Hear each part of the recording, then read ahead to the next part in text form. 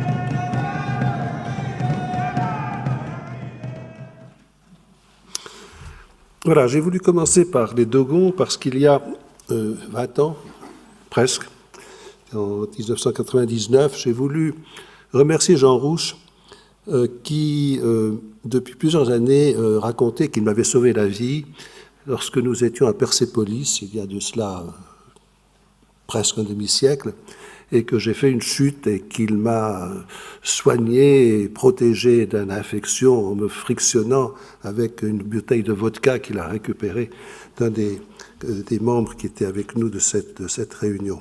Et donc, je lui ai proposé de faire venir ces Dogons ici.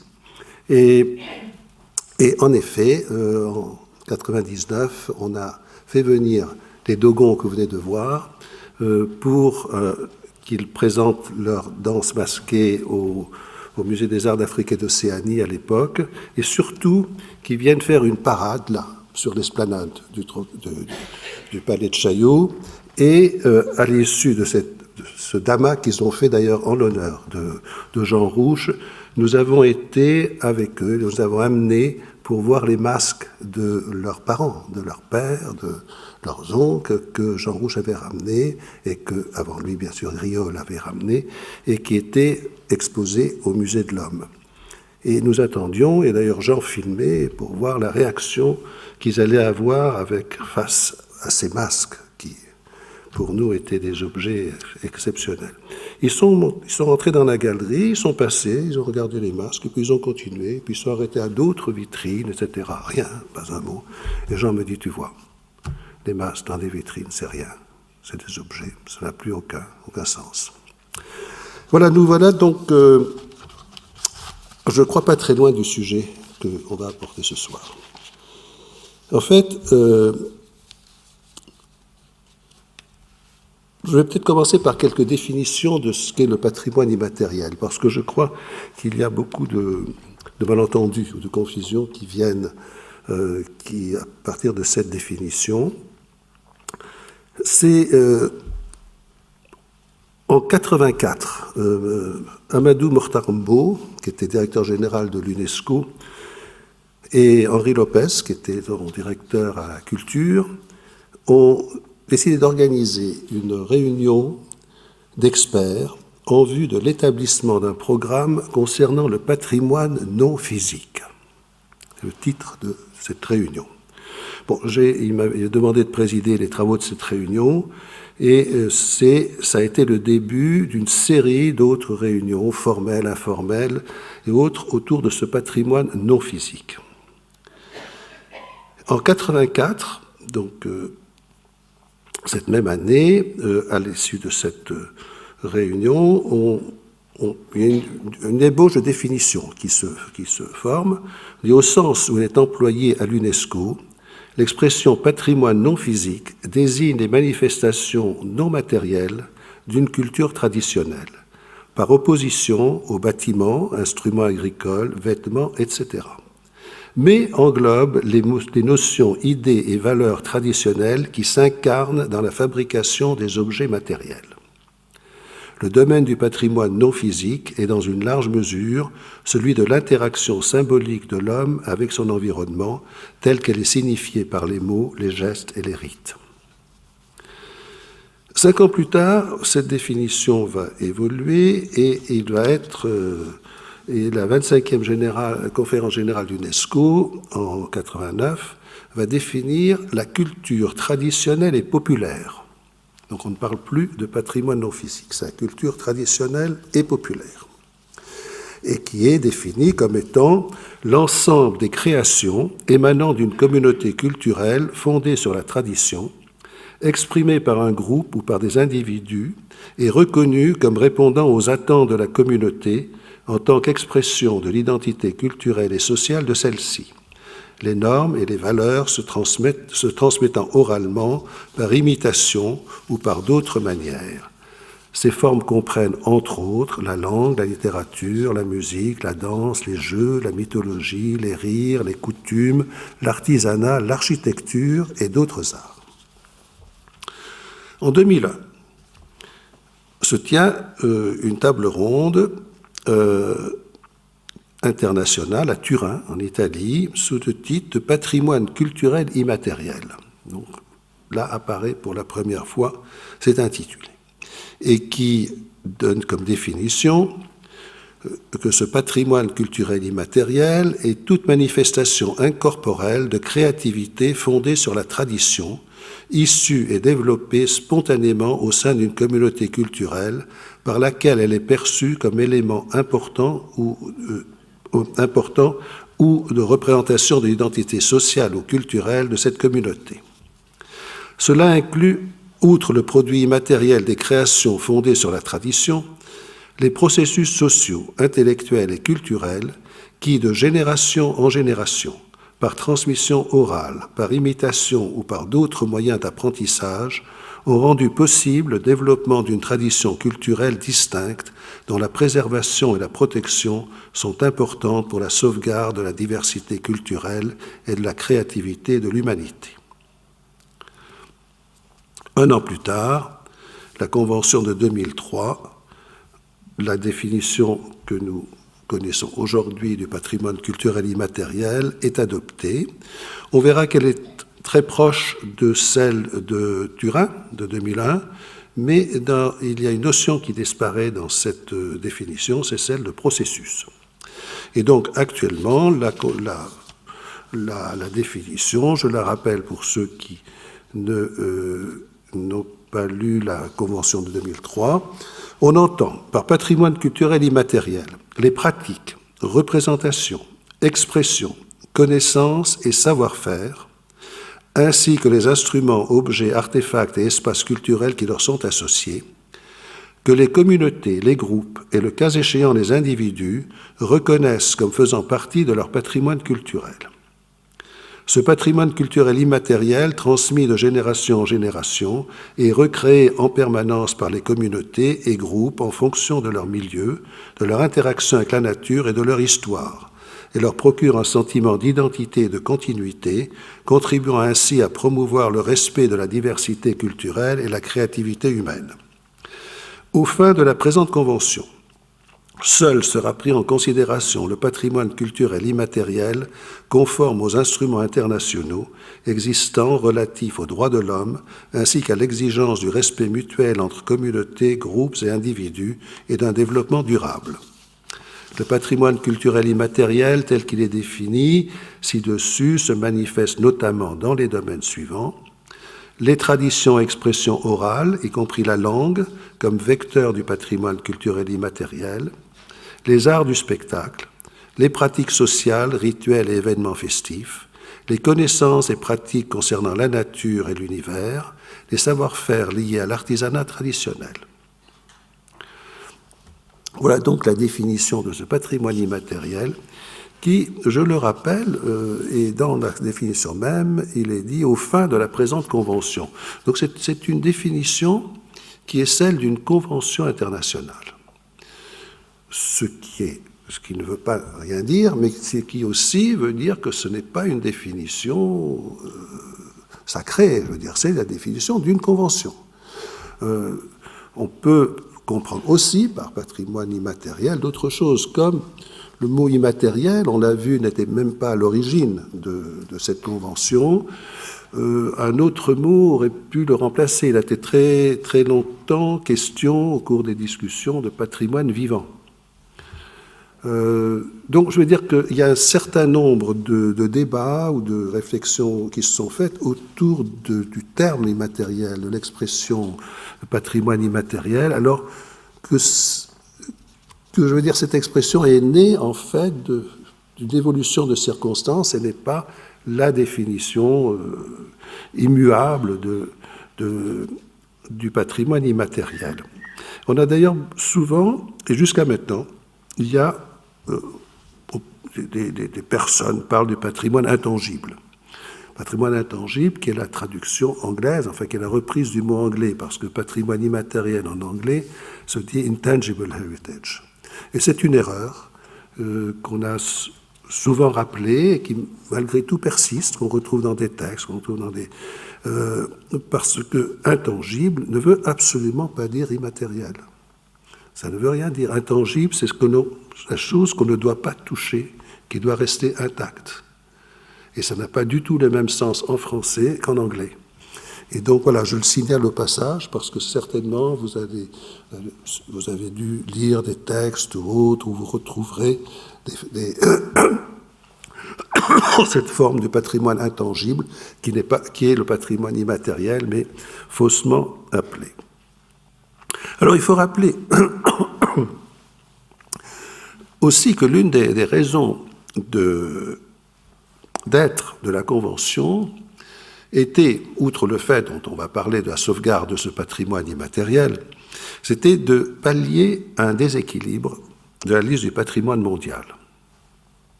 Depuis 1972, la liste du patrimoine mondial avait enregistré beaucoup plus de monuments et des sites des pays du Nord que des pays du Sud. Et cela crée un malaise, non seulement à l'UNESCO, mais un peu partout.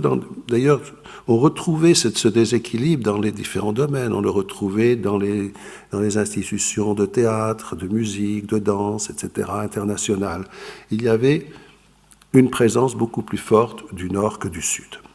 Et donc, il était évident qu'à un moment où il y avait un directeur général de l'UNESCO qui était du Sud, avec une équipe du Sud, ce déséquilibre se faisait encore plus sentir et il fallait vraiment faire quelque chose pour y remédier. D'ailleurs, il était tout à fait anormal qu'il y ait ce déséquilibre.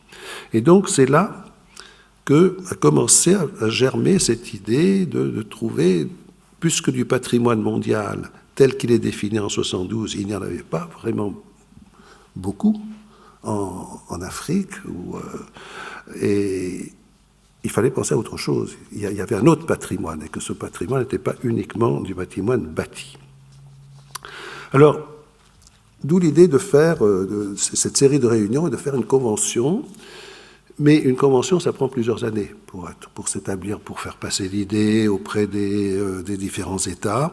Et donc, il y a tout de suite été engagé un processus de créer quelque chose qui pourrait déjà calmer un peu les irritations de certains États. Et le directeur général, Mayor, a lancé l'idée d'une proclamation des chefs-d'œuvre du patrimoine oral et immatériel de l'humanité, en 1997.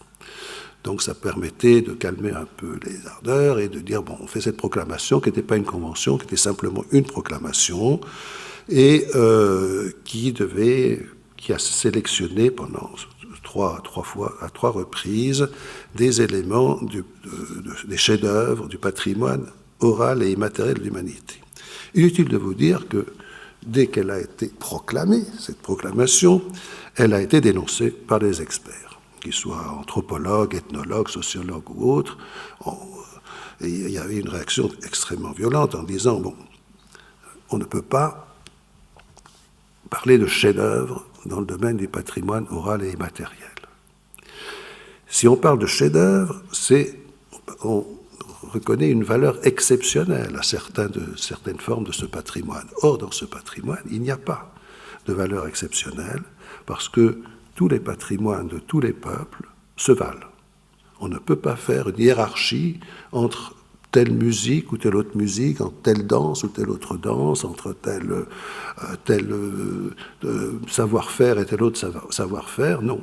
Chaque individu a son patrimoine et il lui concède la même valeur que celle qu'un autre individu ou qu'un autre groupe ou qu'une autre communauté accorde à son patrimoine à elle.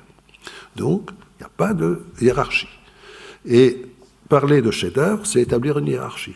C'est dire que telle forme, telle musique et autre est une hiérarchie. Donc, réaction très violente. Et en même temps, j'insiste sur ce point, parce que valeur exceptionnelle, hiérarchie, ça ne peut pas faire partie du patrimoine immatériel. Or, ce sont deux des critères du patrimoine mondial. Donc, faire une convention, cette proclamation avait déjà soulevé le lierre. Bon, comment faire? C'est pas compatible. Parce que, bien sûr, l'idée la plus simple a été de dire, bon, il y a une convention qui est très bien, qui est formidable, c'est de 72, on la prend et on rajoute le patrimoine immatériel. Oui, mais ça ne va pas du tout, parce que les critères de 72 ne s'appliquent pas sur le patrimoine immatériel, donc c'est d'autres critères. Donc, ce n'est pas possible de faire ça. Bon, mais on peut prendre le schéma, et en effet, c'est ce qui fut fait, le schéma a été pris un peu tel quel. Et il faut savoir qu'à l'époque, aussi à l'UNESCO, les experts, les dirigeants, donc on connaît beaucoup, qui sont toujours d'ailleurs en activité actuellement, étaient du patrimoine mondial de 72. Donc l'approche du patrimoine immatériel ne leur était pas particulièrement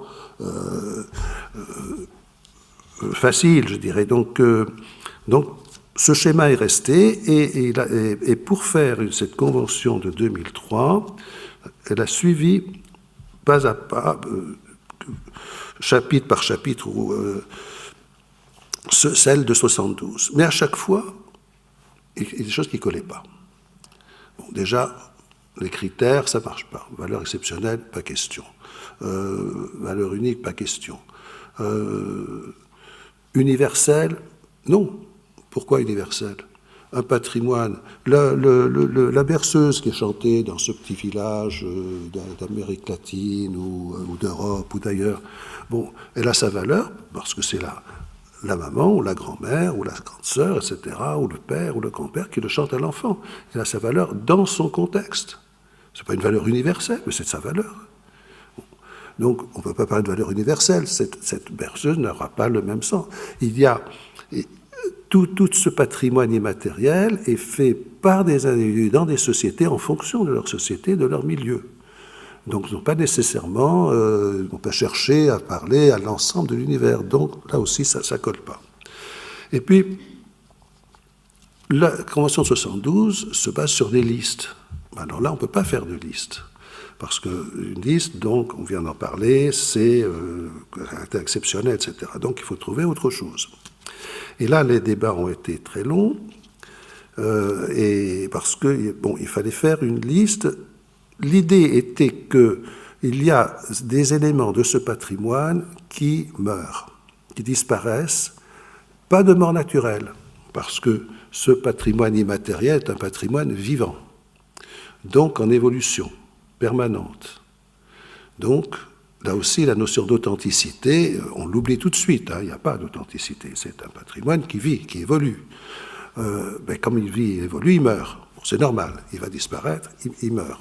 Certains éléments. Mais il y a certains éléments de ce patrimoine qui ne meurent pas de mort naturelle.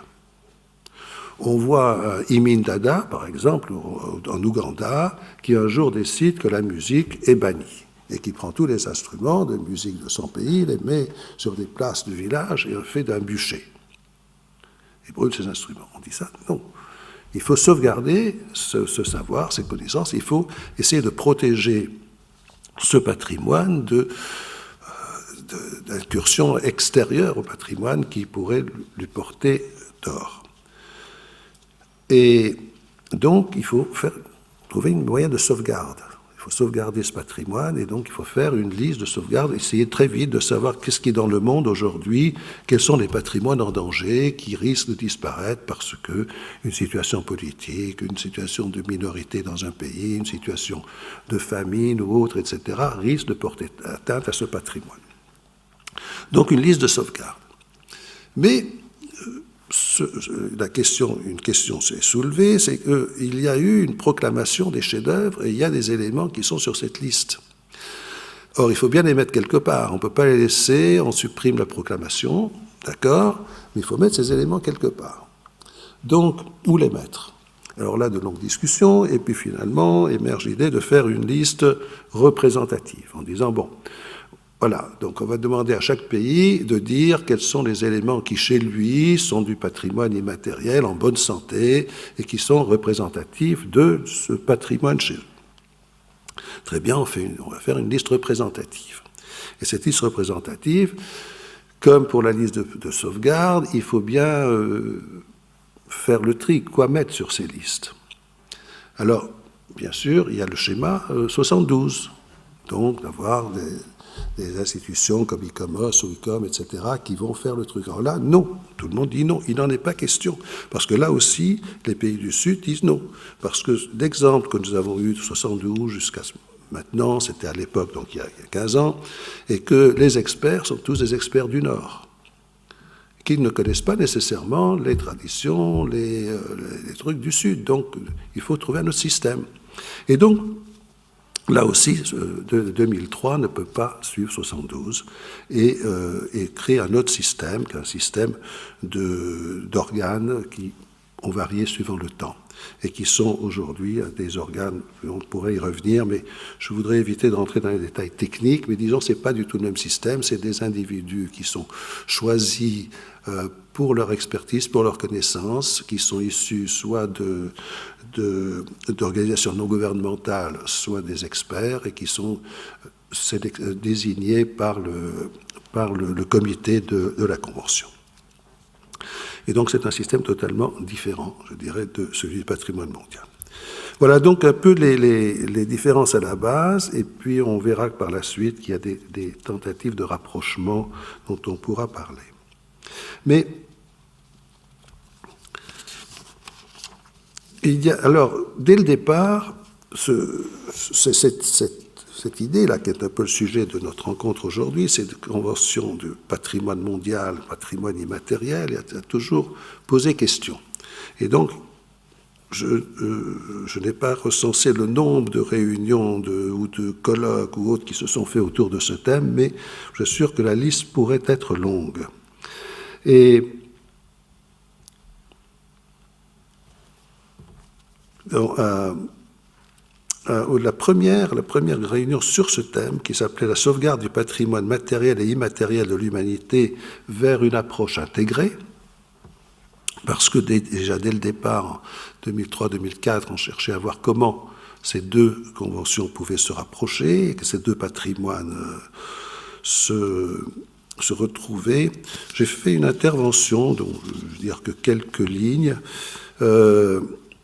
C'était autant le patrimoine matériel est représentatif d'une époque ou d'époques successives passées, autant le patrimoine immatériel est représentatif d'aujourd'hui. Il est ici, il est vivant, il est en évolution constante. Sa caractéristique première est cette vitalité, cette possibilité d'adaptation à l'évolution des individus dont il est l'expression. Les langues mortes ne font pas partie de ce patrimoine. Seules celles qui sont vivantes et qui le véhiculent, d'après la définition d'ailleurs, en sont. Les expressions perdues, telles les danses pharaoniques par exemple, ne font pas partie de ce patrimoine. Et l'on pourrait multiplier les exemples, y compris pour tous les accessoires matériels qui accompagnent le patrimoine immatériel. Masques, costumes, parures, marionnettes, instruments de musique, outils, etc. Dans la mesure où ils font partie de ce patrimoine, ils évoluent avec lui. Dès qu'ils se figent, ils n'en font plus partie. Dans un spectacle de la Commedia dell'arte, on n'utilisera pas un masque d'arlequin du XVIe siècle, mais celui qui vient d'être fait, parce qu'il aura le petit détail qui fera qu'il conservera sa signification symbolique dans le spectacle.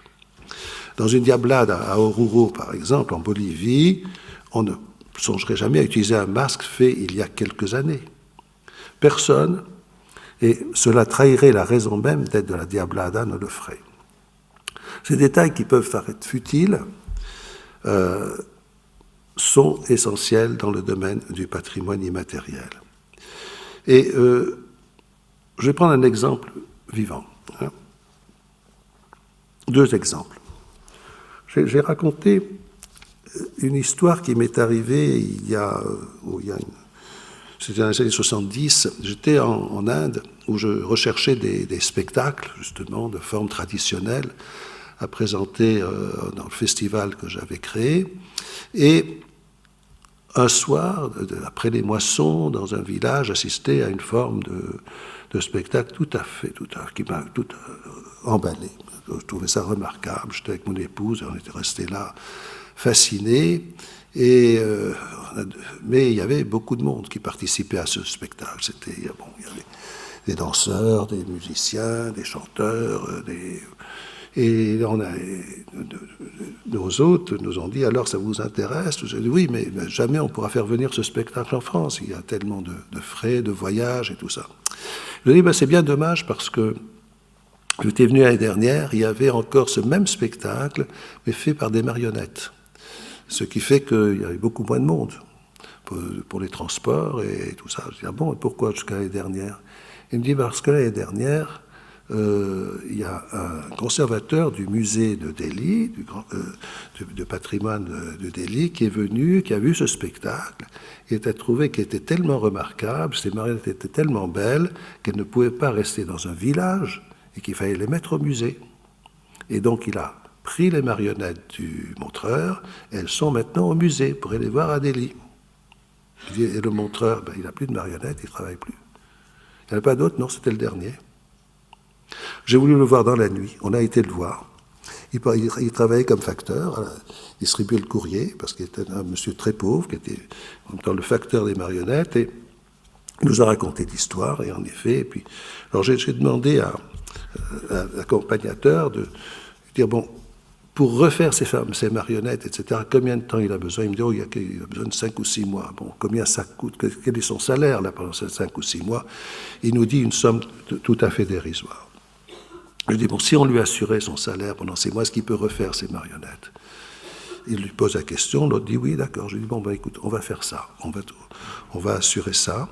Et en rentrant en France, j'ai contacté tous mes collègues d'un circuit qui accueillait ces spectacles, et je leur dis, on va aider à refaire ce théâtre.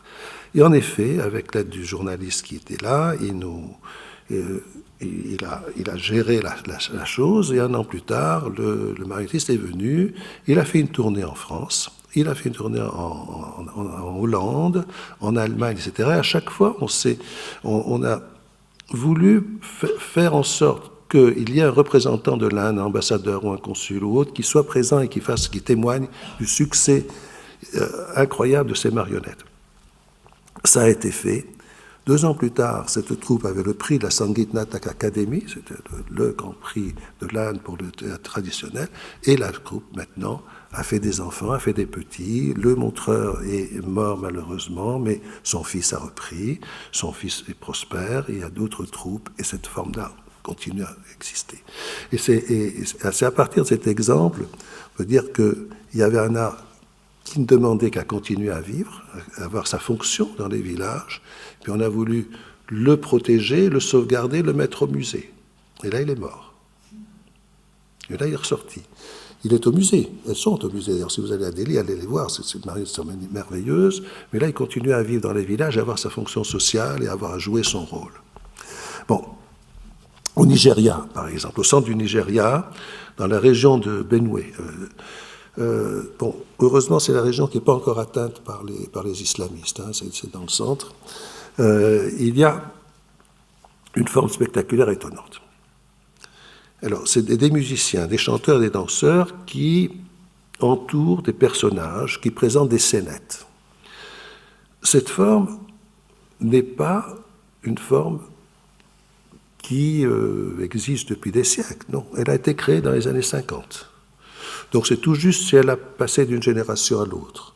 Et c'est les gens du village qui inventent des personnages, qui inventent les masques, qui créent ce spectacle à partir de faits locaux. Par exemple, dans le spectacle qu'on avait vu, il y avait un personnage qui incarnait le sida. Parce que c'était le fléau à l'époque. Il y a une quinzaine d'années, vingtaine d'années, c'était le sida. Bon, c'était le méchant qui faisait le truc. Il y a un autre personnage qui incarnait la prostituée, qui était habillée en occidental, parce que c'était une coutume qui venait de l'Occident, etc. Et c'est une forme qui est complètement créée par cette communauté et qui est ce patrimoine immatériel, cette communauté dont on va voir quelques minutes. Si vous pouvez nous montrer la projection de l'extrait de Kwagyu.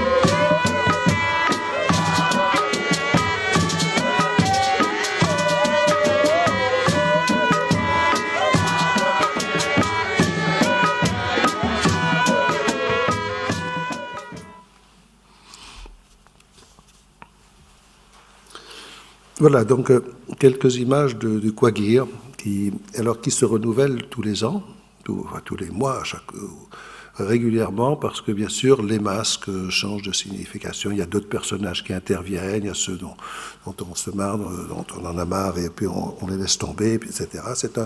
C'est un spectacle en évolution permanente et qui est représentatif, je dirais, de toute la vie d'une communauté. Alors, bon, vous voyez que cet exemple, qu'il n'y a absolument aucun rapport avec le patrimoine mondial. Je veux dire, bon, c'est deux choses totalement différentes. Les critères du patrimoine mondial ne peuvent pas du tout s'adapter là. Mais en même temps, dans le patrimoine mondial, il y a bien sûr mention de l'immatériel. Hein. On va le retrouver dans le critère 6,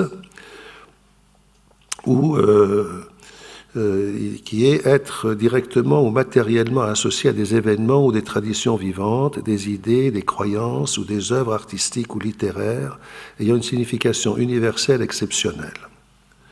Le comité considère que ce critère doit de préférence être utilisé conjointement avec d'autres. Alors, on voit que cette dernière précision est quand même assez significative. Et alors, c'est-à-dire que même si on reconnaît à un site cette qualité d'association avec des éléments immatériels, on se garde de les considérer comme la valeur nodale de l'inscription sur la liste. Et c'est pour ça d'ailleurs qu'il n'a pas toujours été appliqué, ou qu'il a très très rarement été appliqué. Il a été retenu une fois, en 1999, pour l'inscription de Robben Island en Afrique du Sud. Et puis, une autre fois, il a été appliqué tout seul, mais c'était tout à fait exceptionnel. Là, je vois pour l'île de Gorée, au Sénégal. C'était vraiment un cas exceptionnel. 2 autres fois, me dit, oui, non, 3 fois. Oui, donc ça fait 3 fois en général, en tout. Donc, tout simplement, je dirais tout simplement parce que immatériel, dans ce contexte, n'a pas du tout le même sens qu'immatériel dans l'autre contexte. C'est tout bête, je dirais. Bon, on parle d'une notion d'immatériel dans le patrimoine mondial, qui existe, qui est important, etc., mais qui n'est pas du tout telle que définie dans la Convention de patrimoine immatériel. Ce qui n'est pas du tout d'ailleurs un problème, puisque, bon, on sait maintenant, le patrimoine, disons, est réparti en 3 catégories, en gros. Hein, le patrimoine matériel, le patrimoine naturel et le patrimoine immatériel. Bon, je dirais cette répartition est satisfaisante pour les civilisations de l'écriture. Hein, parce que depuis le XIXe siècle, on s'évertue à tout couper, à tronçonner en morceaux. Bon, et je sais que j'ai vu évoluer le théâtre, par exemple, à un moment où il y avait le théâtre. Hein, et puis après, on a commencé à parler du théâtre pour enfants, du théâtre pour telle catégorie, pour telle autre catégorie, etc. Et puis on a ce besoin de faire des catégories, de classer, de mettre dans des cases. Bon, d'ailleurs, le théâtre lui-même, c'est une catégorie qui est née bien après. Il y avait le spectacle. Au XIXe siècle, on a décidé qu'il y avait le théâtre, la danse, la musique. On a divisé tout ça en catégories. Alors qu'il n'est pas question, dans les autres civilisations, on ne divise pas. Soit en Inde, au Japon, partout en Afrique, on ne va pas dire « Ah non, ça c'est de la danse, ça c'est de la musique, ça c'est du théâtre ». En Occident, on aime bien diviser, et donc là maintenant, on a des patrimoines matériels, immatériels, etc. Bon. Et bon, maintenant, on voit des institutions internationales comme l'UNESCO d'ailleurs qui suivent ça très très bien. Maintenant, on a ce qui concerne les femmes, les hommes, les enfants, les pauvres, les personnes âgées, les autochtones, les handicapés, etc. Bon, on va avoir à chaque fois, maintenant, bon, les autres notions qui apparaissent, celles qui sont de développement durable ou pas durable, et puis Bon, le genre maintenant qui est très présent, et puis il y en aura d'autres. Bon, maintenant il y a celle, oui, le climat, celle qui... Il y a déjà des colloques sur le patrimoine qui influence ou pas le climat, comment il peut influencer ou pas le climat. Bon, tout ça est très bien, mais c'est... bon, disons qu'il y a ce patrimoine. Bon, personnellement, moi je crois au patrimoine, et il y a ce patrimoine qui est vivant, patrimoine immatériel, et il y a aussi le patrimoine mondial, mais là où je ne suis pas tout à fait d'accord avec l'approche qu'on a du patrimoine mondial, c'est que pour moi, le patrimoine mondial aussi est vivant. Je dirais, j'imagine mal un monument qui n'est pas sa vie, qui n'a pas évolué dans le temps. L'application de ces critères paraît parfois un peu artificielle, parce que les bâtiments, ils ont vécu, ils ont grandi, ils ont évolué. Et je pense toujours à un vers de poésie d'un poète arabe du Xe siècle, un poète aveugle, Abul Ala al-Marji, qui disait, je vais le dire en arabe, je le traduirai, Sahi, هذه قبورنا تملأ الرحب فأين القبور من عهد عادي. Amis, voici nos tombes qui recouvrent tout l'espace. Où sont les tombes du temps de Had? Had qui était une tribu du temps de Noé, qu'on dit que c'était les petits-enfants de Noé. خفف الوطأ ما أظن أديم الأرض إلا من هذه الأجساد. Que ton pas soit léger. Je ne pense pas que cette terre ne soit autre chose que ces cadavres. Parce que les civilisations se sont succédées.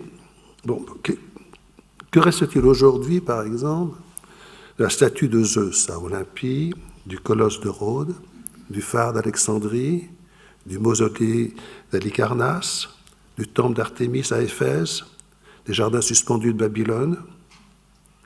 6 merveilles du monde, c'était les merveilles du monde, où sont-elles? Elles ont disparu. Il reste les pyramides, qui a résisté au temps. Parce que le patrimoine matériel lui-même, lorsqu'il devient figé dans le temps, muséifié, détourné de sa fonction, sans disparaître totalement, parce que des fois il reste quand même quelque chose, il perd la vie, il perd sa vie. Moi, j'emprunte une métaphore à mon ami Jean Duvigneau. Le patrimoine immatériel serait la chair, et le patrimoine matériel les os d'un corps. Le premier est voué au pourrissement, le second au dessèchement, mais à des rythmes différents. Le patrimoine naturel aussi n'existe que parce qu'il est en perpétuel changement. Évolution au terme des saisons, des intempéries, des catastrophes naturelles, le vent, le soleil, la pluie le façonnent ou le refaçonnent. Donc, pour moi, les patrimoines qui sont matériels, naturels ou immatériels, il est vivant. Et vivant, donc, on voit, on ne peut pas le soumettre à des évaluations d'authenticité, d'universalité, etc. Les sociétés sont toujours des sociétés de métissage. Elles se sont en permanence renouvelées au sein de ce métissage.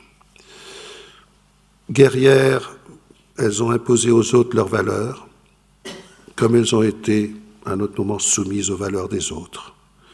Pacifiques, elles sont enrichies des valeurs librement choisies ou assimilées. Mais toutes les civilisations ont bénéficié de l'apport de l'étranger, qu'il fût dominateur ou esclave. Il y a, vous savez, au Mexique, j'ai beaucoup aimé ça, on appelle ces pinturas de castas, ces peintures de caste, bon, qui sont tout à fait haïssables, je dirais, parce que c'est une approche un peu raciste, mais quand même qui donne une idée de cela. Vous savez, c'est des peintures où on nomme chaque liaison. Par exemple, un espagnol et un métis, le fils d'un espagnol ou la fille d'un espagnol et d'un métis s'appelle un castiza. D'un espagnol et d'un castiza s'appelle un espagnol. D'un espagnol et d'un noir, un mulatto. D'un espagnol et d'une mulata, un morisca, d'un espagnol et d'une morisca, un albina. Et ça continue comme ça, il y a une trentaine de noms différents qui sont donnés à tous ces mélanges qui se font premier de génération, deuxième génération, troisième génération, tout ça. Et ça donne une idée de la variété incroyable d'une population à cette époque. Déjà, je veux dire, il y avait vraiment un mélange. Voilà. Et c'est ces mélanges qui sont pour moi très significatifs et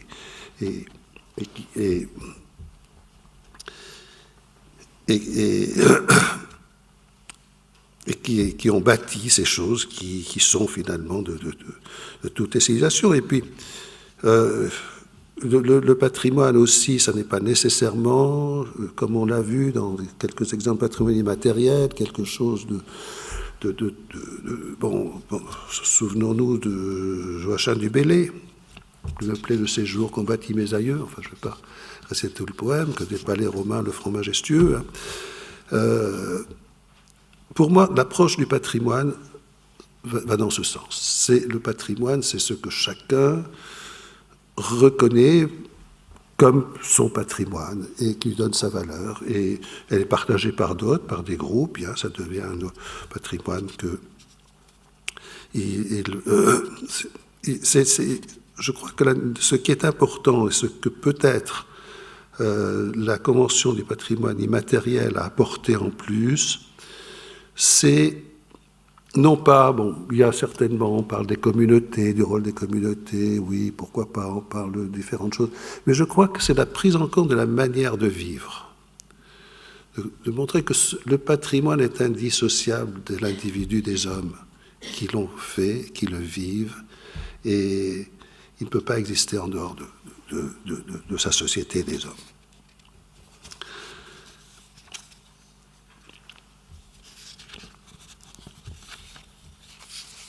Bien, je pensais parler, non, mais peut-être je ne vais pas aborder ça. Enfin, c'était pour dire, parce que aussi, il y a eu un moment, ce patrimoine immatériel, en fait, lors des recherches autour de cette expression, il y en avait une qui s'imposait d'emblée et qui recouvrait absolument ce qu'est le patrimoine immatériel et qui aurait évité peut-être toutes les confusions qu'il y a aujourd'hui autour de ce terme immatériel. C'était une expression, moi, qui me faisait bondir à l'époque et qui, à juste titre, c'était folklore. Parce qu'en fait, ce patrimoine immatériel, c'est le folklore. Mais c'est le folklore pris dans le sens vrai du terme et pas du tout dans le sens qu'il a pris en français et en France, essentiellement. Qu'on ne trouvera pas aux États-Unis, en Angleterre, dans les pays germaniques, etc. Non, il a gardé son vrai sens. Et ce patrimoine immatériel, moi très souvent je le dis quand je dois l'intervention, bon, c'est le folklore. Mais le folklore pris dans son sens d'origine, veut dire celui qui depuis ce qu'on appelait qui a remplacé les popular antiquities. Et voilà, c'était pour simplifier un peu, mais je sais que pendant toutes ces conférences, vous avez vu beaucoup de monuments, de photos de monuments du patrimoine mondial. Alors je me suis dit que je vais peut-être vous montrer quelques éléments du patrimoine immatériel.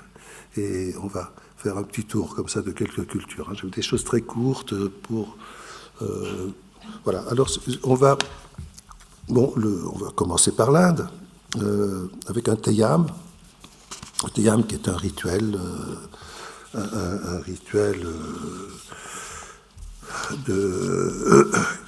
du sud de l'Inde, Kerala. Bon. Et c'est un rituel qui est plus ancien que l'hindouisme, hein, qui remonte, et c'est une cérémonie, c'est un rituel de guérison en fait, qui est faite par les Dravidiens, par les aborigènes dravidiens du sud de l'Inde. Et les danseurs que vous allez voir représentent des divinités archaïques. Et ils rentrent, ils ont des extases, et pendant cette période d'extase, ils délivrent des messages en une langue secrète que les villageois perçoivent.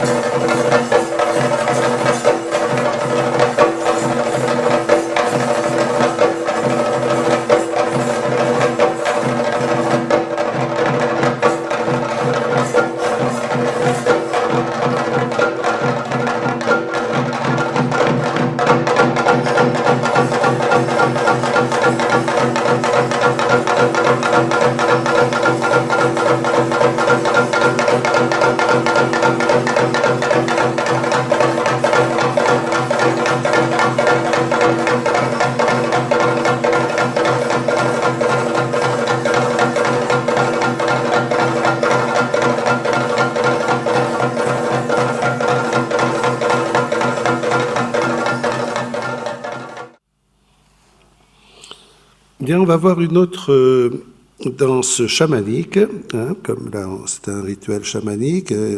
Cette danse, elle est de Corée, et c'est une danseuse qui a son style personnel, particulier, parce que dans ces danses, chaque danseuse apporte son style. Hein. L'essentiel, c'est de respecter l'esprit de la danse et sa fonction qui est toujours très, très présente dans la société coréenne.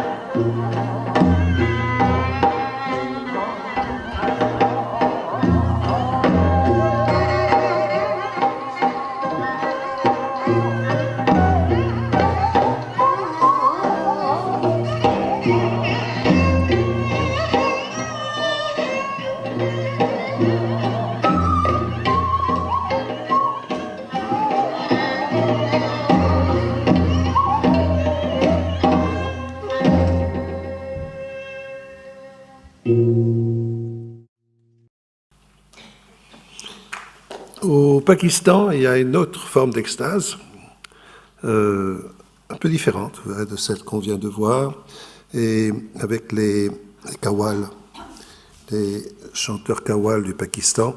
Dommage, on ne verra pas sur l'image la foule qui les écoute et les expressions de la foule, enfin les hurlements, et ils sont complètement, c'est du délire dans la foule.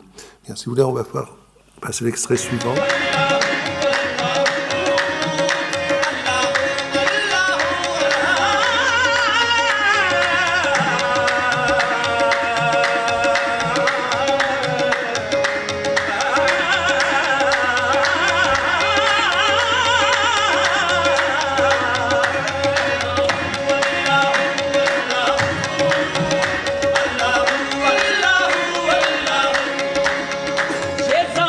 जब न थी ये जहां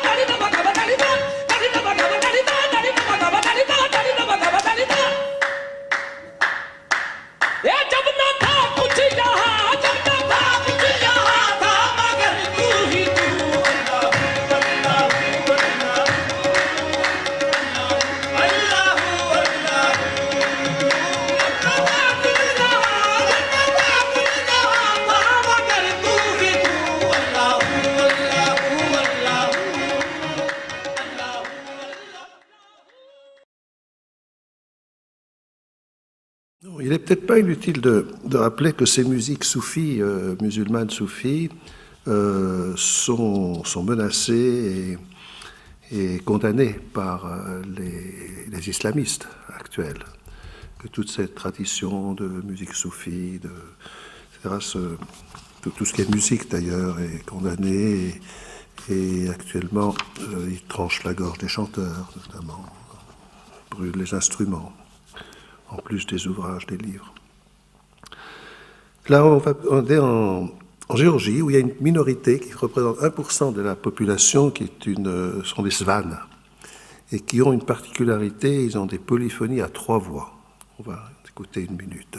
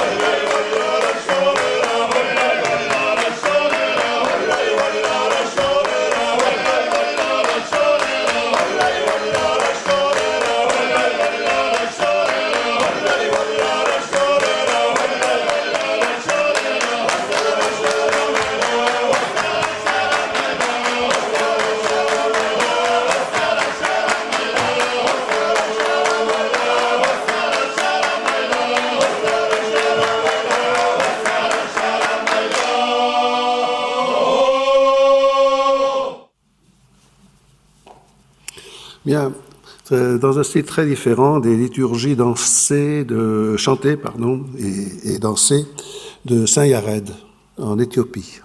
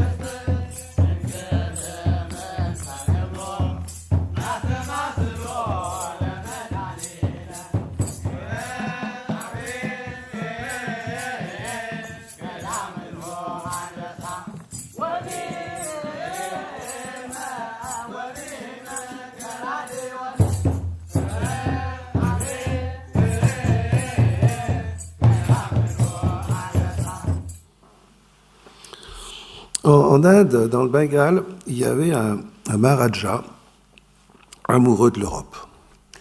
Il allait passer autant de temps que possible à Paris, à Rome, et il adorait le ballet. Et il allait voir les ballets. Et c'était dans les années 30, fin des années 30. Et il rentrait chez lui, il disait, c'est pas possible, nous, on a des danses complètement sauvages, tout ça, alors qu'en Europe, ils ont un ballet tellement raffiné, il n'y a pas ce bruit des tambours chez nous, il n'y a pas tout ça, enfin bon. Et il voulait absolument faire quelque chose d'européen, d'occidental, donc de moderne, donc d'artistique. Et il a créé une danse. Il a amené les musiciens du village, il leur a appris à jouer sans trop taper trop fort sur les tambours. Il a fait venir un de ses amis qui est devenu facteur de masques, et il lui a fait faire des masques très raffinés, très fins, pas du tout, les masques pleins de couleurs, éclatants qu'on trouve dans les traditions indiennes. Et il a fait des ballets, et il a fait danser ces danseurs, c'était que des hommes qui jouaient les rôles des femmes. Il leur a fait danser du ballet qui était beaucoup plus raffiné que le ballet que les danses indiennes. Mais il y a eu un problème, c'est que les masques que lui a fait son facteur de masques, ils sont très beaux, très fins. Il n'a pas fait de perforation pour la respiration, parce qu'il fallait que la ligne reste très pure. Et donc, les danses de cette forme de danse ne durent pas plus de 3 minutes, parce que le temps que le danseur garde son souffle, sa respiration. Donc, c'est des scénettes très courtes qui sont faites. Et cette danse qui s'appelle le Chow de Seraikela, parce que le Chow, c'est une forme de danse qu'il y a dans cette région du Bengale, qui est une danse exubérante, fabuleuse, folle, etc. Et dans vos palais de ce Maharaja de Seraikela, il y a ce Chow-là, ce Chow de Seraikela. Ce Chow est devenu tellement célèbre, il l'a sorti, il l'a fait tourner, il l'a amené rendre visite aux uns et aux autres avec sa troupe de ballet, qui était une petite troupe, donc qui était transportable et tout ça, et qu'il a été reconnu, il y a une vingtaine d'années maintenant, comme une des formes de danse classique de l'Inde. Il a été reconnu et rentré dans le répertoire des danses classiques. Et maintenant, le Chow de Seraikela est un des monuments du patrimoine indien. J'ai eu la chance de connaître ce Maharaja juste avant qu'il ne meure. J'étais dans son palais complètement délabré, d'une grande misère, etc.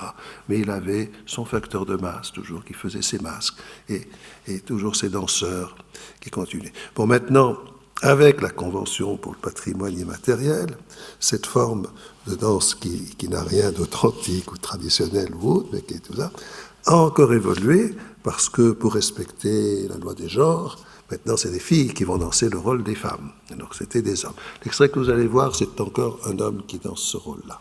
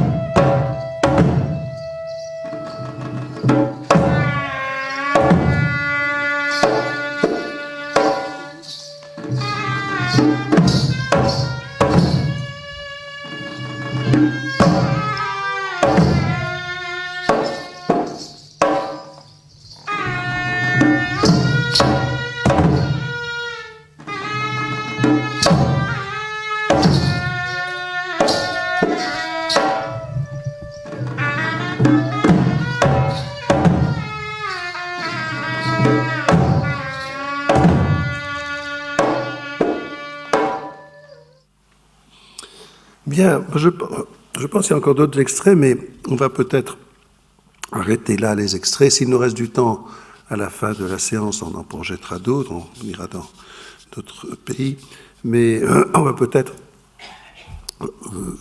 échanger, et si je répondrai volontiers à vos questions, à vos remarques, à vos critiques. Voilà, si... Bon, comme d'habitude, j'ouvre le feu. Chérif, vous parliez, vous racontiez la discussion que vous aviez eue avec Jean Rouch lorsqu'il était entré au musée et qu'il avait vu ces masques au musée. Et on peut se poser la question de savoir si, en entrant au musée, les masques n'ont pas pris une nouvelle forme, ne sont pas devenus une nouvelle forme de patrimoine. Et si, en quittant leur rôle de patrimoine immatériel lié à un sens local pour les populations, il n'a pas pris un autre sens, peut-être plus universel, pour ceux qui le voient et qui éprouvent une émotion en le voyant, qui est une émotion d'un autre style, qui est une émotion esthétique. Et c'est aussi la question que je me posais en voyant un certain nombre de danses chamaniques que vous aviez montrées. Ces danses chamaniques étaient présentées à du public et qui a manifestement été un public qui les regardait sous un angle plus esthétisant que sous une communion liée au sens chamanique que pouvait avoir, sauf sans doute ce que vous avez montré des soufis. Mais les autres manifestations étaient plus du spectacle, et on peut se demander si le fait de le mettre en spectacle, ce n'est pas aussi le muséifier d'une certaine façon. Et quand je vois ces très belles lionnes, on a perdu le sens qu'elles avaient certainement lorsque les artistes dans la grotte Chauvet ont créé ces lionnes. On ne sait pas pourquoi elles ont été créées, par qui. C'était peut-être sans doute avec un sens chamanique. Mais aujourd'hui, on ne peut pas s'empêcher, n'empêche, de constater que c'est universel et que c'est exceptionnel, que ça a un sens, un autre sens, mais ça a pris un autre sens. Oui, non, vous avez tout à fait raison. Si vous voulez, les objets, des masques qui deviennent des objets, gardent une valeur certaine, mais ce n'est plus la même. Ce n'est plus la même, c'est une transposition, c'est autre chose. Là, elle devient une valeur esthétique, une valeur de documentaire aussi, même si elle n'est pas vraiment esthétique, mais ça n'a plus la même fonction, ça n'a plus le même rôle. Hein, là, nous sommes d'accord. Pour ce qui est des extraits que je vous ai montrés, j'ai fait exprès de ne pas prendre des extraits, sauf pour un ou deux, dans leur contexte. Parce que là aussi, toutes ces formes sont indépendantes du contexte. Parce qu'on cite souvent que dans le patrimoine mondial, il y a des lieux auxquels sont liées des musiques ou des formes ou des rituels ou tout ça. C'est pas vrai. C'est pas vrai. Rares, il y en a, mais ils sont très rares les lieux qui sont liés à des objets. Et dans le patrimoine immatériel, c'est pour ça qu'il y a une phrase qui dit « et les lieux qui leur sont attachés ». C'était en référence à une intervention d'un délégué du Vanuatu. Tout à l'heure, on verra dans du Vanuatu, si on a le temps, qui disait « mais chez moi, tel rituel ne peut se faire que devant une pierre particulière dans tel lieu. Donc je veux qu'on inscrive ça, que cette pierre fait partie de ce patrimoine. » Donc ça a été inscrit à partir de là. Bon, il y a d'autres exemples dans le monde, mais tout le reste, mais si vous voulez, l'immense, l'écrasante majorité n'est pas liée au lieu. Ces manifestations peuvent se passer n'importe où, dans la rue, dans une scène, dans un théâtre. Elle est portée, même les rituels, c'est ceux qui les interprètent, qui les vivent, indépendamment aussi, parfois, de leur public. Gekawal, je disais, bon, quand ils sont dans leur milieu, c'est le délire. Quand ils sont sortis de leur milieu, qui sont sur une scène à l'Occident, c'est un autre délire. Mais eux, ils le vivent de la même façon. Ils sont dans leur prière, dans leur extase, etc. Mais, bon, cette indépendance-là. Et toutes les autres formes, les petits moines d'Éthiopie, ils étaient tout aussi bien de faire leur messe sur la scène que dans leur église, que dans la rue. Il y a beaucoup de ces manifestations qui ne se passent pas dans des lieux qu'on imagine, etc., absolument liés à cette fonction. La messe, on peut la faire où on veut. Hein, n'est pas nécessairement indissociable d'un lieu sacré. Sinon, là où il n'y a pas d'église, il n'y aura pas de messe. Là où il n'y a pas de mosquée, il n'y aura pas de prière. Là où il n'y a pas de synagogue, il n'y en aura pas. Il y a aussi, il n'y a pas de lien indissociable, je dirais, entre des formes d'expression de ce patrimoine immatériel, ce qu'on appelle comme ça, et le lieu. Alors, il y a un aspect que je n'ai pas abordé du tout, mais je vais pas, ce serait trop long pour l'aborder, mais je vais simplement le mentionner, c'est les dangers que fait courir la Convention à ce patrimoine immatériel. Parce que ce patrimoine, on a vu, il est vivant, il évolue, il meurt, il disparaît, etc. La Convention veut le sauvegarder. On l'inscrit sur des listes, soit de sauvegarde, soit représentatives. Ce qui fait que le résultat immédiat, et on le voit déjà en quelques années, c'est que soit l'État en question va se dire « Ah, ce patrimoine est inscrit sur une liste, il ne faut plus qu'il bouge. C'est comme ça, il ne faut surtout pas qu'on le modifie, qu'on change les choses. Donc on le fige, on le tue. » Soit il se dit « Ah, ce patrimoine est inscrit sur une liste, donc ça va attirer des touristes, etc., on va l'arranger un peu. » On va les costumes comme ça déchirés, non, on va mettre des beaux costumes, etc. Et il est folklorisé dans le mauvais sens du terme que j'ai tout à l'heure. Il devient un spectacle de folklore, de mauvais folklore, qui n'a plus aucun sens avec la réalité. Et on le tue. Dans les deux cas, il devient un objet aussi de commerce. Et ce qui étaient ces formes qu'on a vues, qui étaient faites soit pour l'extase personnelle, soit pour les autres, etc., qui avaient une fonction sociale particulière, vont se transformer, leur principale fonction va être le commerce. Ramener du tourisme, ramener de l'argent, etc. Bon, ce que le patrimoine mondial fait aussi un peu. Bon. Mais on rentre dans cette logique. Ce qui fait qu'à la limite, on se demande si cette convention n'est pas plus nocive pour ce patrimoine-là que si elle n'existait pas. Et des exemples, des éléments qui ont été déjà perturbés par cette convention sont nombreux. Je ne sais pas si j'ai répondu à votre question, je vous remercie, mais il y a certainement d'autres interrogations. Oui, une interrogation pour aller dans le sens de ce que vous évoquiez. Est-ce qu'un autre effet que je qualifierais un peu de pervers n'est pas de dévaloriser ce qui n'a pas été remarqué et repéré au titre de cette convention-là? Très concrètement, j'imagine que des autorités locales ou des gouvernements peuvent dire bon, mais s'il y a des financements à apporter, on les concentre sur ce qui a été listé et ça se fait au détriment de ce qui ne l'a pas été et qui peut avoir de très grande qualité aussi. Oui, alors il est évident que un des gros soucis de cette convention lors de sa rédaction, c'était justement qu'elle ne devienne pas un outil de plus pour les États pour discriminer les minorités. Et en favorisant que la culture majoritaire du pays. Alors, au début, ça ne s'est pas senti, que ça n'allait pas dans ce sens. Ça risque d'aller dans ce sens à partir du moment où, mais là, bon, je ne vais pas rentrer dans le détail, mais bon, pour les listes, ces listes du patrimoine immatériel, au départ, elles ont été ouvertes, donc il y a beaucoup d'inscriptions, et au fur et à mesure, ça a été fermé, il n'y a pas de temps, il n'y a pas d'argent, on ne peut pas faire, finalement, on ne peut plus présenter que 60 candidatures par an, et un État ne peut présenter qu'une candidature tous les 2 ans. Alors vous imaginez un pays comme la Chine, qui a des milliers de formes d'expression, un pays comme le Japon, même la France, qui en a beaucoup, une candidature tous les 2 ans.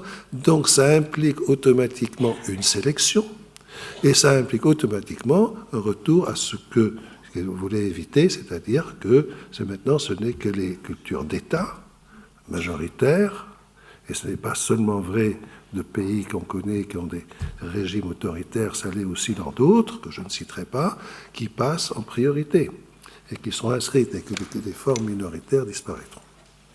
Bien qu'il y ait une réserve justement dans la Convention que si, dans le cas d'un État qui ne présente pas une forme qui est en danger chez lui et qui est signalée par des organisations non gouvernementales ou des experts ou autres, ils peuvent faire appel au comité de la Convention pour que ce comité interroge l'État et lui dise, bon, dans tel coin, il y a tel truc, etc., etc.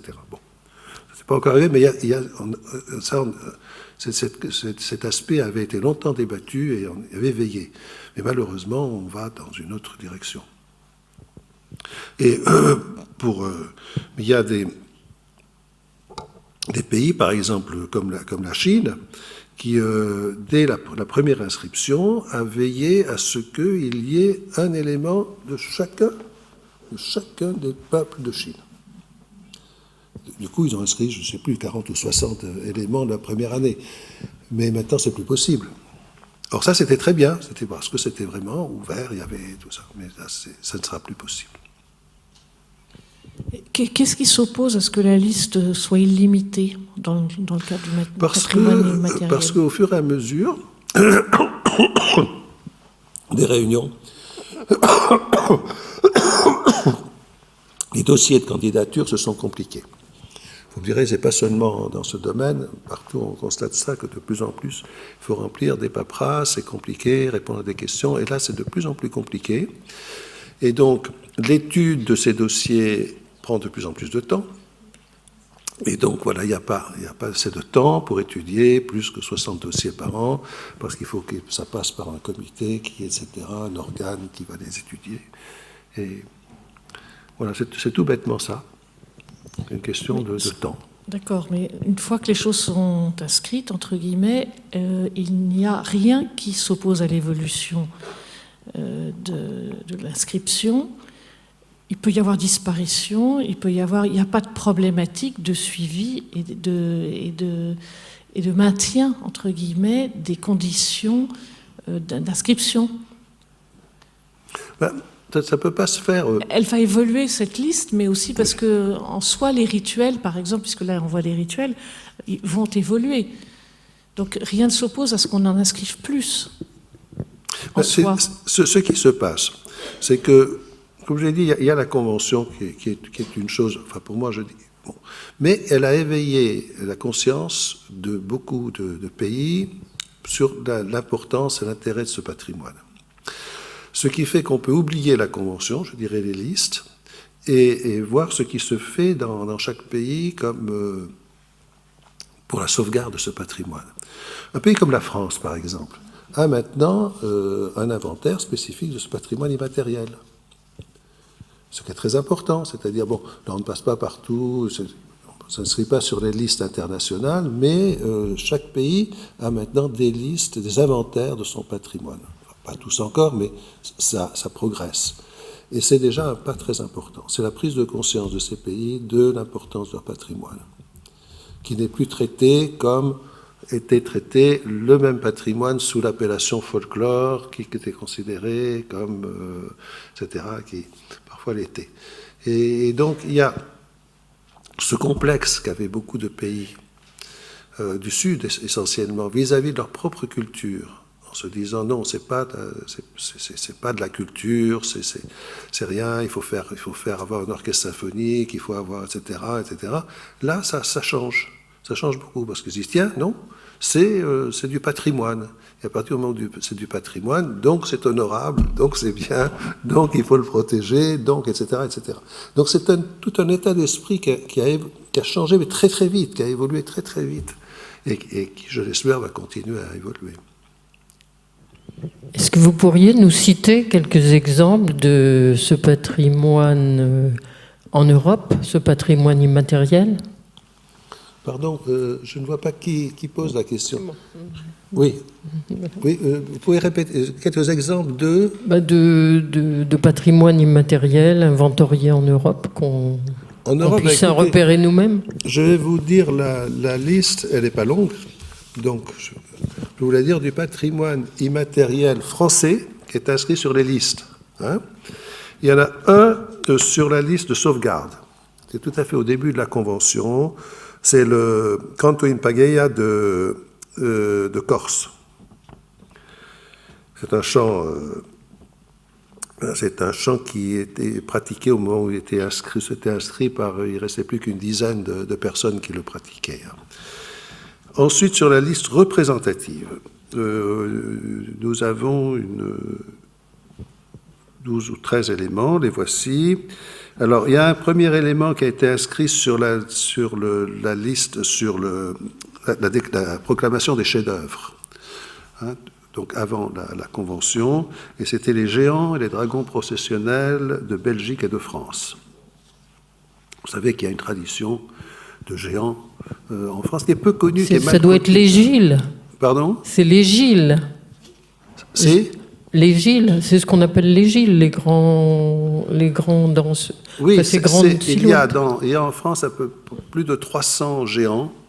Il y en a dans le nord, il y en a dans le sud. Dans le nord, c'est des personnages essentiellement, et dans le sud, c'est un bestiaire. Hein. Il y a, le plus connu, c'est la Tarasque de Tarascon, le Poulain de Pézenas, l'âne de Béziers. Il y a tout un bestiaire dans le sud. Et dans le nord, il y a les plus connus, c'est les géants de Douai, par exemple, la famille Gaillan à Douai. Et puis, il y a plusieurs, il y a Jean le Bûcheron, il y en a plusieurs dans le Nord. Et ce qui est intéressant, c'est que c'est un patrimoine qui vit, auquel les gens sont extrêmement attachés dans les villes où il existe. Et non seulement il vit, mais depuis quelques années, les géants se marient entre eux, ils ont des enfants. Donc c'est un patrimoine qui est en évolution, hein, qui continue, et qu'on retrouve en Belgique, beaucoup, mais aussi en Allemagne, en Hollande. Et pour l'instant, il n'y a que la Belgique et la France qui ont déposé ce dossier. Et donc, on a une partie de ce patrimoine qui est inscrit. Et je crois qu'il y a d'autres dossiers qui vont se préparer pour compléter cette première inscription. Ensuite, il y a la tradition du tracé dans la charpente française. Alors là, c'est un savoir-faire. Ce n'est plus un spectacle, une forme, c'est un savoir-faire qui est très spécifique à la charpente et c'est un savoir-faire qui se transmet, mais les architectes qui sont là vous diront ça mieux que moi, qui se transmet et qui a besoin d'être connu et reconnu pour continuer à se transmettre. Il paraît que c'est tout à fait exceptionnel. Je crois que c'est le geste, en fait, lui-même qui est... Pardon ? Je crois que c'est le geste lui-même qui est protégé, non ? C'est tout le travail du tracé, oui. Il y a la tapisserie d'Aubusson, le Maloya de la Réunion, de l'île de la Réunion, le savoir-faire de la dentelle au point d'Alençon, où là aussi il ne reste que très peu de dentelières qui pratiquent ça. Le repas gastronomique des Français, ça vous en avez tous entendu parler. Le compagnonnage, réseau de transmission des savoirs et des identités par le métier. L'équitation, de tradition française. Le fest-noz, de Bretagne.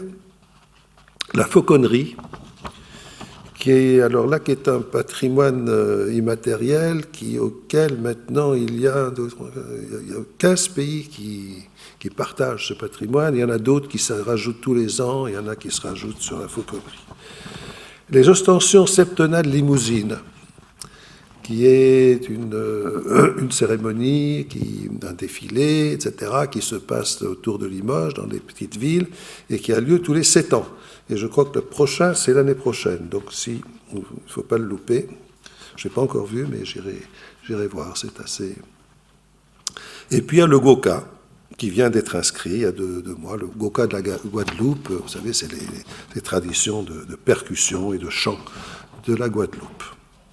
Voilà la liste française. On va peut-être enchaîner avec d'autres manifestations, d'autres représentations. Vous avez dit on va peut-être recommencer, suivre le... Vous voulez voir d'autres... je pense, je ne sais pas, oui. Oui, oui, tout à fait. Bon, écoutez, alors, si vous voulez, on va passer là.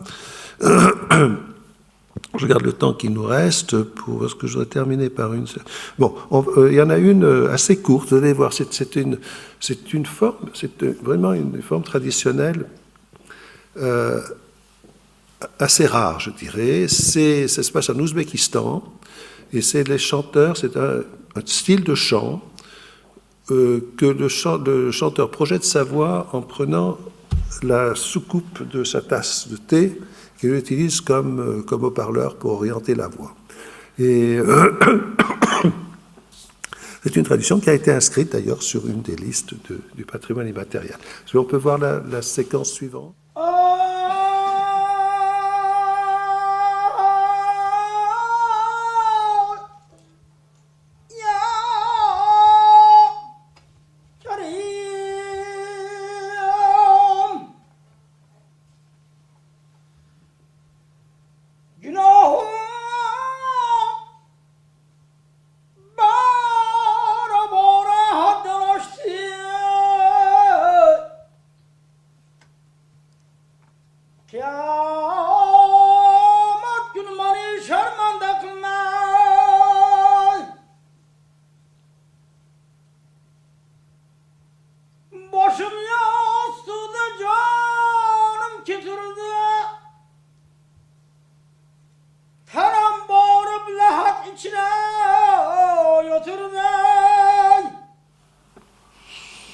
Voilà, il n'y a plus beaucoup de chanteurs de Kata Ashula, mais je pense que ça continue à se transmettre. Là, on va passer au Vanuatu. Alors, Vanuatu, c'est intéressant parce que ces formes de danse et autres étaient pratiquement disparues. Et c'est des associations de jeunes qui sont allés auprès des anciens pour qu'ils leur transmettent ces danses, ces traditions, ces costumes, ces maquillages, etc., pour leur redonner vie, ce qu'ils ont fait. Et là, disons, c'est une renaissance de ce patrimoine Vanuatu.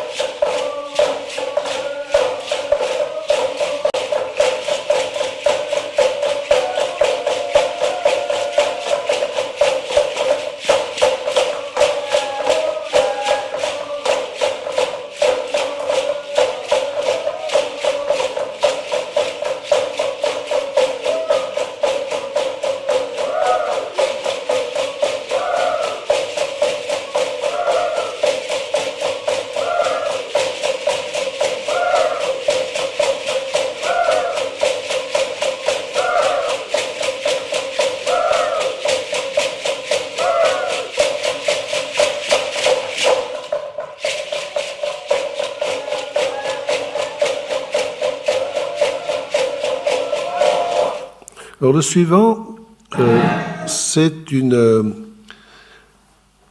un chant et une danse, comme vous allez le voir, d'Arabie Saoudite, de la province de Najd, où en principe, dans ce pays, il n'y a pas de chant, il n'y a pas de danse, etc. Or, voilà, nous avons là affaire à une forme qui est très, très connue et qui serait d'origine d'un rituel de guérison, qui est encore utilisé dans cette région pour se protéger essentiellement de la piqûre des scorpions. Et donc ces rituels sont faits à cette occasion-là. Là, on va en voir un petit extrait.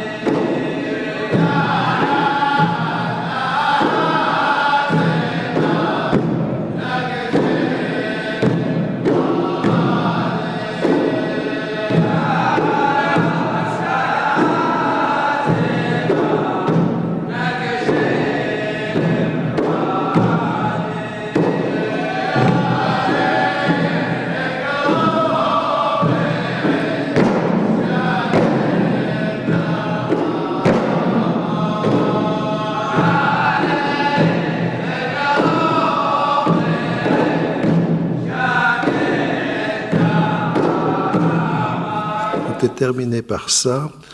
C'est dans le nord de la Syrie, dans le nord-est de la Syrie, dans la partie qu'on appelle l'île, le Jaziré, il y a une ville qui s'appelle Hasakeh, où j'ai été il y a quelques années, et pour voir qu'est-ce qu'il y avait comme tradition musicale qui était là.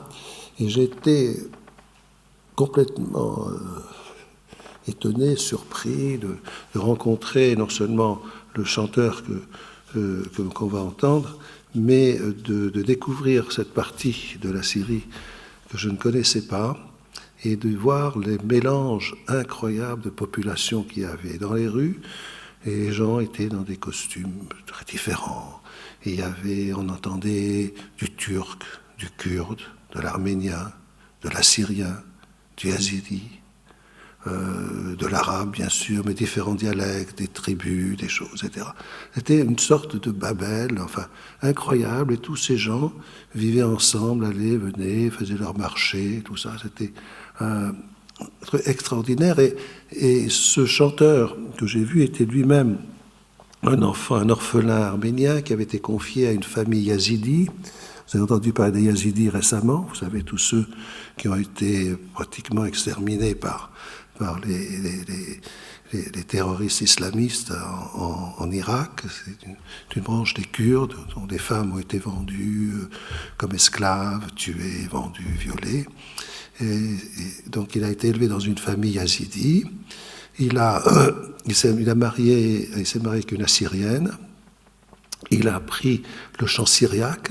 Il a appris donc tous ces chants de tous ces peuples qui étaient dans cette région, dans cette ville, et les instruments qui vont avec.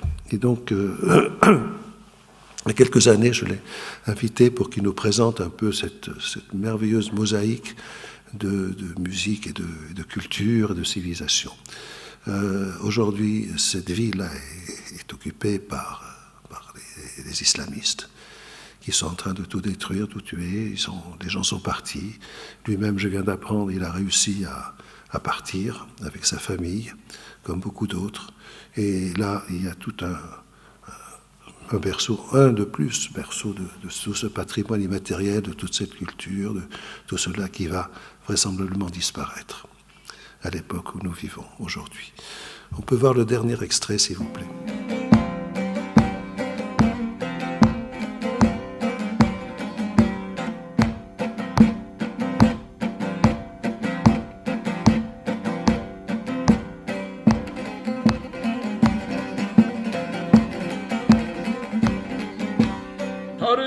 يوني وبتي يهرا ويوني لي بري ميلي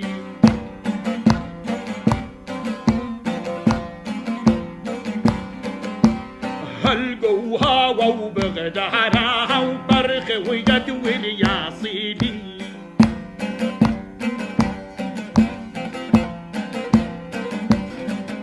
الشطر تترابا وخمته هذا الشطر تتينك خيلي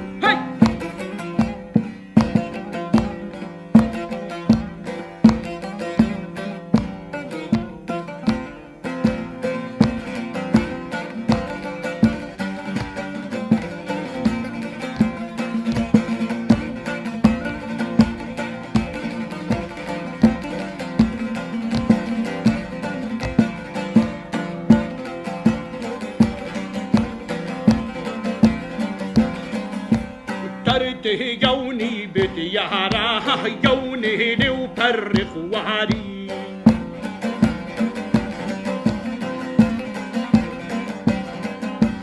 هلقوها وبغدارا وبرخ ويد والرشقالي